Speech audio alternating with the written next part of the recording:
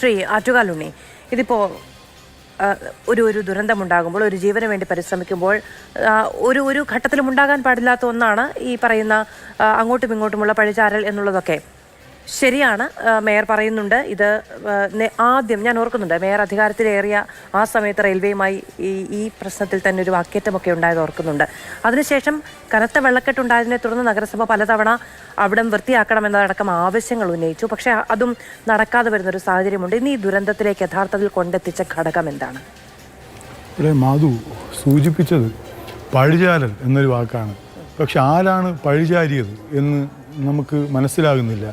ഒരു കാരണവശാലും നഗരസഭയോ അതിൻ്റെ ഉദ്യോഗസ്ഥരോ അല്ലെങ്കിൽ കേരളത്തിൻ്റെ ഭരണകൂടമോ ആരെയും പഴിചാരുന്ന രൂപത്തിലേക്ക് പോയില്ല. ഇന്ന് ആദ്യത്തെ ബ്രേക്കിംഗ് വന്നത് തിരുവനന്തപുരം നഗരസഭയുടെ ജീവനക്കാരൻ തൊഴിലാളി ഈ അപകടത്തിൽപ്പെട്ടു എന്നുള്ളതാണ്. അത് ബ്രേക്കിംഗായി കൊടുക്കുന്ന രൂപത്തിലേക്ക് മാധ്യമങ്ങൾ മാറി എന്നുള്ളതാണ് ഞാൻ മനസ്സിലാക്കുന്നത്. ന്യൂസ് 24-ലാണ് ആദ്യമായി ആ ബ്രേക്കിംഗ് വന്നതെന്നുള്ളതാണ്.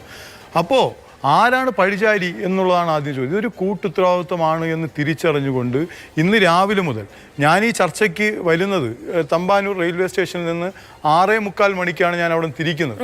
6:45 മണിക്ക് ഞാൻ അവിടെ തിരിക്കുമ്പോഴും തിരുവനന്തപുരം നഗരസഭയുടെ മേയർ അവിടെ ആഹാരം പോലും കഴിക്കാതെ ഈ കൂട്ടുത്തരവാദിത്വത്തിൽ പങ്കാളിയാവുക മാത്രമല്ല, അതിന് നേതൃത്വം കൊടുത്ത് മുന്നോട്ട് പോവുകയാണ്.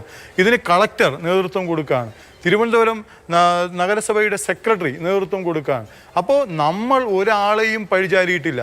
കാരണം ഇത് നമ്മുടെയും കൂടെ ഉത്തരവാദിത്വമാണ് എന്ന് തിരിച്ചറിഞ്ഞുകൊണ്ടുള്ള രക്ഷാപ്രവർത്തനത്തിലേക്ക് നമ്മൾ നേതൃത്വം കൊടുക്കുന്നു എന്നുള്ളതാണ്. അവിടെ ആരാണ് പഴിചാരിയത്? ഞാൻ മനസ്സിലാക്കുന്നത് ആദ്യം ഈ സ്ഥലം സന്ദർശിക്കുന്ന തിരുവനന്തപുരം നഗരസഭയുടെ പ്രതിപക്ഷ നേതാവ് ശ്രീ M.R. ഗോവൻ, അദ്ദേഹം വന്നിട്ട് ആദ്യം പറയുന്നത് മഴക്കാലപൂർവ്വ ശുചീകരണം കൃത്യമായി നടക്കാത്തത് കൊണ്ടാണ് ഇത്തരത്തിലുള്ള സംഭവങ്ങൾ ഉണ്ടാവുന്നു എന്നുള്ളതാണ്. അപ്പോൾ ആരാണ് പഴിചാരിയത് എന്നുള്ളൊരു ചോദ്യം, അത് പഴിചാരിയവരോട് ഈ വർത്തമാനം ആദ്യം ഈ ഒരു അപകടഘട്ടത്തിൽ പോലും അപകട സന്ധിയിൽ പോലും ഈ പറയുന്ന അനാവശ്യമായിട്ടുള്ള രാഷ്ട്രീയം കലർത്താൻ വേണ്ടിയുള്ള ഇടപെടലാണ് BJPയുടെ നേതാവും പ്രതിപക്ഷ നേതാവുമായിട്ടുള്ള ആളുകൾ ഇവിടെ നടത്തിയെന്നുള്ളതാണ്. അത് CPM പഴിചാരിയെന്നോ മേയർ പഴിചാരിയെന്നോ ഞാൻ പറഞ്ഞിട്ടില്ല. അത് അങ്ങയുടെ തെറ്റിദ്ധാരണയാണ്. ഞാൻ അങ്ങനെ പറഞ്ഞിട്ടില്ല. അങ്ങ് പറഞ്ഞതടക്കം ഈ ഒരു ജീവൻ രക്ഷാപ്രവർത്തനത്തിന് ഇറങ്ങുന്ന സമയത്ത് ഒഴിവാക്കപ്പെടേണ്ടതാണ് അങ്ങോട്ടും ഇങ്ങോട്ടുള്ള വാഗ്വാദം എന്ന് പറഞ്ഞു പോയി എന്നേ ഉള്ളൂ. അതൊരു ചർച്ചയുടെ തുടക്കത്തിൽ പറയേണ്ട എൻ്റെ ഉത്തരവാദിത്തമല്ലേ? അല്ല, അത് ഇപ്പോൾ മാധുവിൻ്റെ ഉത്തരവാദിത്വം ആയിരിക്കാം. പക്ഷെ അത് ഒരു ക്ലാരിറ്റി, ഇത് കാണുന്ന പ്രേക്ഷകർക്ക് ഒരു ക്ലാരിറ്റി വരുത്തേണ്ട ഒരു ഉത്തരവാദിത്വം കൂടെ ഒരു ഇതിന്റെ ഒരു ഭാഗമായി വന്നിരിക്കുന്നു. ഈ മാലിന്യ നീക്കം ആരുടെ ഉത്തരവാദിത്വമാണ്? അത് റെയിൽവേയുടെ ഉത്തരവാദിത്വമാണല്ലോ അല്ലേ? അല്ല, ഇത് മാലിന്യം നീക്കുക എന്നുള്ളത് നമ്മളിപ്പോൾ നേരത്തെ മാധു എന്നെ ഇവിടെ സൂചിപ്പിക്കുകയുണ്ടായി. 6 തവണയാണ് കോർപ്പറേഷന്റെ സെക്രട്ടറി റെയിൽവേ അതോറിറ്റിക്ക് കത്ത് കൊടുത്തത്. അത് നടപടി സ്വീകരിക്കാത്തത് കൊണ്ട് ഞങ്ങൾ നിയമ നടപടി സ്വീകരിക്കുമെന്ന് പറഞ്ഞുകൊണ്ട് കോർപ്പറേഷൻ സെക്രട്ടറി വീണ്ടും കത്ത് കൊടുത്തു. ആ കത്ത് കൊടുത്തതിൻ്റെ അടിസ്ഥാനത്തിലാണ് അവർ ഒരു കരാറുകാരനെ ഏൽപ്പിച്ചിട്ട് ഈ ജോലി ആരംഭിച്ചത്. ജോലി ആരംഭിച്ചപ്പോഴോ ഇന്ന് രാവിലെ 3 ആളുകളാണ് ഈ പണിക്ക് വന്നത്. 3 ആളുകൾ വന്ന് ഈ ടണലിൻ്റെ അകത്തേക്ക് കയറാണ്. ആ ടണലിൻ്റെ അകത്തേക്ക് കയറി ആഹാരം കഴിക്കാൻ, രാവിലത്തെ ഭക്ഷണം കഴിക്കാൻ വേണ്ടി ഇറങ്ങി വരും എന്ന് പ്രതീക്ഷയോടെ നിൽക്കുമ്പോഴാണ് ഒരാൾ അപകടത്തിൽപ്പെടുന്നത്. ഈ സ്ഥലത്ത് എത്തുന്ന ഇൻഫർമേഷനാണ്. അപ്പോൾ ഇത് റെയിൽവേയുടെ ഉത്തരവാദിത്വമാണ്. നമുക്ക് എല്ലാവർക്കും അറിയാം. ഇപ്പം നമുക്ക് റെയിൽവേയിൽ യാത്ര ചെയ്യണമെങ്കിൽ അല്ലെങ്കിൽ റെയിൽവേയുടെ പ്ലാറ്റ്ഫോമിലേക്ക് കയറണമെങ്കിൽ പ്ലാറ്റ്ഫോം ടിക്കറ്റ് എടുത്താൽ മാത്രമേ അകത്തേക്ക് പ്രവേശിപ്പിക്കുകയുള്ളൂ. ഇല്ലെങ്കിൽ അവരുടേതായിട്ടുള്ള ഫൈൻ നമ്മളെ ഈടാക്കും. അപ്പോൾ അതാണ് അവിടുത്തെ സ്ഥിതി.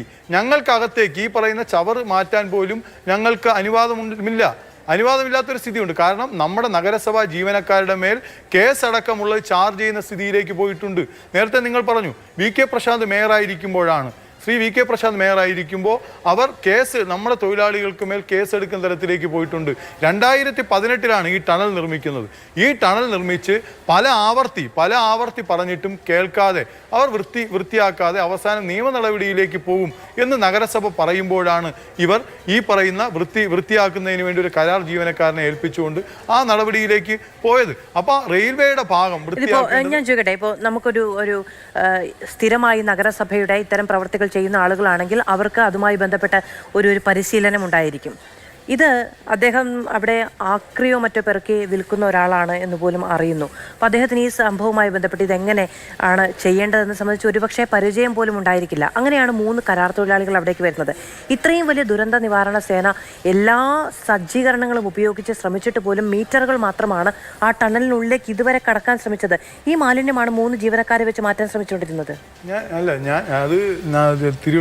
ഇത് കരാർ കൊടുത്തത് റെയിൽവേ ആണ്. അപ്പോൾ റെയിൽവേ ഏതിന്റെ ഭാഗമായിട്ടാണ് ഈ കരാർ കൊടുത്തതെന്ന് റെയിൽവേയുമായിട്ടുള്ള ഉദ്യോഗസ്ഥരുമായി സംസാരിക്കണം. ഞാൻ മനസ്സിലാക്കുന്നത് ഇന്ന് ഇത്രയും നേരമായി ഈ സംഭവം എന്നുള്ള ഇത്രയും നേരമായിട്ടും റെയിൽവേയുടെ ഉദ്യോഗസ്ഥർ ഒരു പ്രധാനപ്പെട്ട ഉദ്യോഗസ്ഥർ അവിടെ വന്നില്ല ആളുകൾ വന്ന് നോക്കി പോകുന്നതിനപ്പുറത്ത് റെയിൽവേയുമായി ബന്ധപ്പെട്ട ഉത്തരവാദിത്തമായിട്ടുള്ള അതോറിറ്റി അവിടെ വന്ന് ഈ വിഷയത്തെക്കുറിച്ച് പരിശോധിക്കാൻ തയ്യാറായിട്ടില്ല എന്നുള്ളതാണ്. റെയിൽവേ ആണ് ഈ കരാർ കൊടുത്തിട്ടുള്ളത്. ഈ കരാറുമായി ബന്ധപ്പെട്ട് തിരുവനന്തപുരം നഗരസഭയ്ക്കോ യാതൊരുവിധ ബന്ധവും തിരുവനന്തപുരം നഗരസഭയ്ക്കില്ല. ഇത് റെയിൽവേ കൊടുത്ത കരാറാണ്. ആ കരാർ തൊഴിലാളികളാണ്. കരാർ ആർക്ക് കൊടുത്തു? അദ്ദേഹത്തിന്റെ കരാറുകാരന്റെ കീഴിൽ പണിയെടുക്കുന്ന ആളുകളാണ് ഈ പണിയെടുക്കുന്നതെന്നാണ് ഞാൻ മനസ്സിലാക്കുന്നത്. ഒരു കാര്യം കൂടെ മാധു സൂചിപ്പിച്ച വേറൊരു കാര്യമുണ്ട്. ഇവിടെ ഈ പറയുന്ന തരത്തിൽ ഈ ചവർ നീക്കം ചെയ്യുന്നതുമായി ബന്ധപ്പെട്ടുകൊണ്ട് നമുക്ക് എല്ലാവർക്കും അറിയാം, പഴവങ്ങാടി തോട് കണക്ട് ചെയ്ത് അത് കഴിഞ്ഞ് ആമയഞ്ഞാൻ തോടിലേക്ക് പോകുന്നു, അത് കഴിഞ്ഞ് ആക്കുളം കായലിലേക്ക് പോകുന്നു. ഇതാണ്. അപ്പോൾ ഇതിൻ്റെ ഏത് ഭാഗത്താണ് ചവർ വന്ന് അടിഞ്ഞിരിക്കുന്നത്? അത് റെയിൽവേയുടെ ഭാഗത്താണ്. ബാക്കിയുള്ള മുഴുവൻ ഭാഗങ്ങളും നമ്മൾ ക്ലീൻ ചെയ്ത് കഴിഞ്ഞു. അത് വേറെ കളക്ടറും അതേപോലെ കോർപ്പറേഷൻ സെക്രട്ടറിയും മേയറും ഇറിഗേഷൻ വകുപ്പും അങ്ങനെ മുഴുവൻ ഡിപ്പാർട്ട്മെൻറ്റുകളെയും ഏകോപിപ്പിച്ചുകൊണ്ടുള്ള വലിയ പ്രവർത്തനം മഴക്കാലത്തിന് മുമ്പ് തന്നെ നടന്നു. അതിൻ്റെ ഭാഗമായി നമുക്ക് പരിശോധിച്ചാൽ മനസ്സിലാവും ഈ പറയുന്ന പഴവങ്ങാടി തോടിൻ്റെ ഒരു ഭാഗം ഈ മുഴുവൻ വൃത്തിയായി നല്ല രൂപത്തിൽ കിടക്കുന്ന ഒരു കാഴ്ച നമുക്ക് കാണാൻ വേണ്ടി കഴിയും. പക്ഷേ ഇത് ബോധപൂർവമായി അനാവശ്യമായി തിരുവനന്തപുരം നഗരസഭയെ മേൽ അനാവശ്യമായിട്ടുള്ള വിവാദം ഉണ്ടാക്കാൻ വേണ്ടിയുള്ള ഇടപെടലാണ് ഇന്ന് പഴിചാരൽ എന്ന പേരിൽ അവിടുത്തെ പ്രതിപക്ഷ നേതാവ് നടത്തിയതെന്നുള്ള അതൊരു നാടകമാണ്. ഒരുപക്ഷെ രാഷ്ട്രീയ നാടകമാണ് എന്ന് മാത്രമേ പറയാൻ വേണ്ടി.